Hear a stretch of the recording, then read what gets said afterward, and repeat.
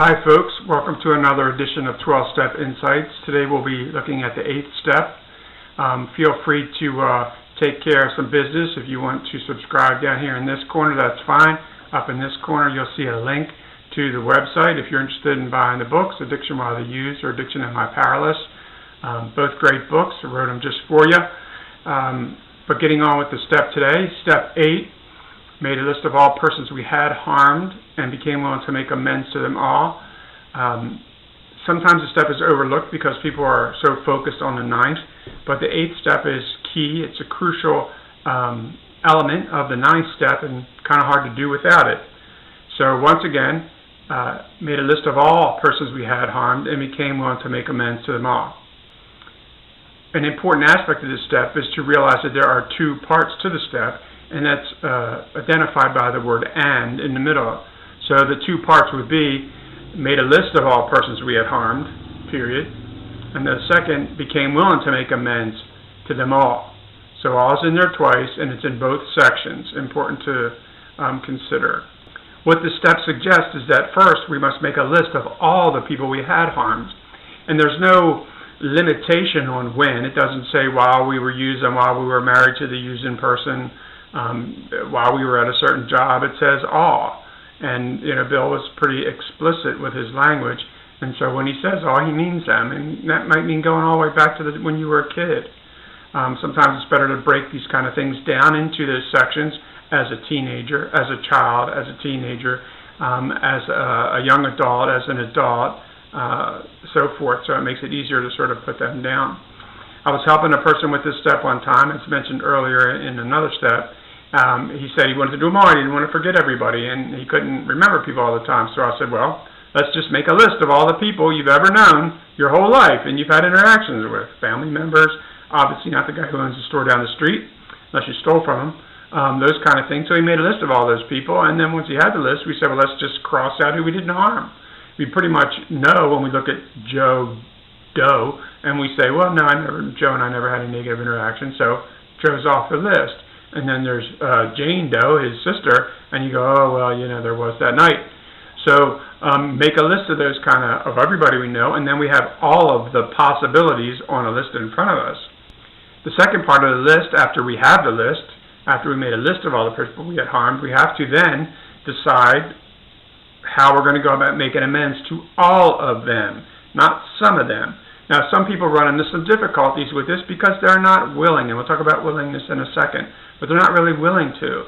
So a popular practice in the program has been to break the list down into 3 sections. The first group, and you can put a number 1 by them, the next group a number 2, and so on, a 3 for the third. The first group, you go down through the list and you put a 1 by everybody you are willing to make amends to now. If I've seen them, the first time I see them, the first chance I get, I'm going to do it. 1, no problem. Then put 2s by the people.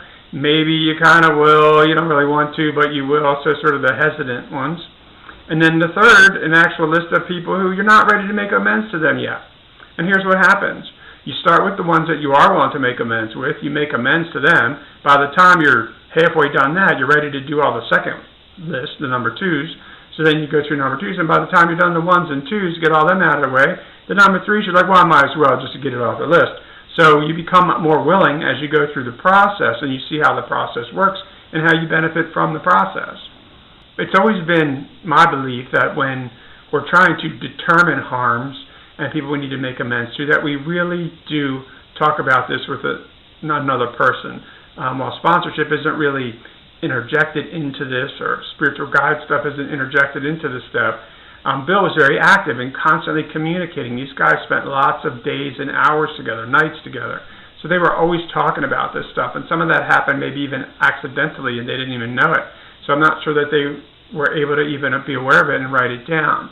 So it's important to determine, was this really a harm done? I owed my drug dealer $10. Is that a harm done? Something you talk about with your sponsor. Did you do it on purpose? Did you avoid him forever even when you had the $10? That might be another aspect that really has nothing to do with the dealer, but it might be something that is valuable to your recovery to work out and to work through because, you're kind of being maybe stingy or greedy or fearful of losing, not having money. So there's a lot of other stuff that comes into play, as we talked about in the other steps, the nature of the wrong. We admit the nature of the wrong. What is the nature of the wrong? That I let go on ripping off drug dealers? Or the nature of the wrong that I had a resentment with that drug dealer, store owner, whoever? So it's important to discuss these things with another person, to bounce them off of other people. It doesn't have to be a sponsor. It can be anybody, good friend, spiritual person, advisor, our best bud, our wife, husband. I'd probably avoid children, doing it with them unless the child has done it too and they're older adult children. So now we get to willingness, as suggested earlier. A lot of people back in the day used how it works, H-O-W, honesty, open-mindedness, and willingness is how it works. So we have honesty, getting honest with ourselves. We have open to the possibilities of a program and how we might be later and how we could change and how life could be.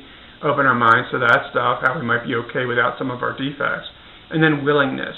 So willingness is hard, and you always hear people talk about the prayer, pray to become willing, and sometimes that's probably an appropriate prayer. Probably get rid of my fear would probably make you more willing. My resentments would probably make you more willing. But willingness is key to the program's success long term.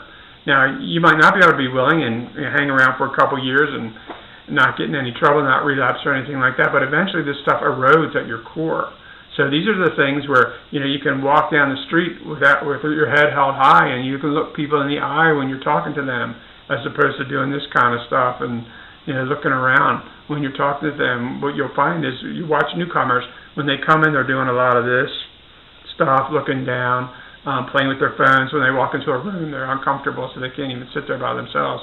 And as they get recovered, Alanon, AA, NA, doesn't matter, Naranon, they end up setting their phones on the table and just looking around a room and just talking and greeting people when they come in, because they're not closed up in self. And so the willingness and this process of the 8th and the 9th step are going to open you up to humanity, to being more of a part of it, engaged in it, and not having as much shame. So that's the quick stuff on the 8th. We went through it kind of fast. You might want to listen to it again. Please share the videos. I think they're important, especially these times when people aren't able to get to as many meetings. In winter time, when these things when people aren't able to get out, but COVID, stuff like that, flu season. Hopefully we'll be through all this stuff soon. So share it. Don't forget to, up here in the corner is the website. You feel free to go on that. You can have links to all the other videos there. If you subscribe down here, you'll get the YouTube channel. If you're watching this on Facebook or another social media platform, go to the YouTube page. Ask any questions that you might have. I'm always willing to answer them. As soon as I get through the 12 steps, I'll be doing some of those. I already have a couple building up, but I'd love to have more.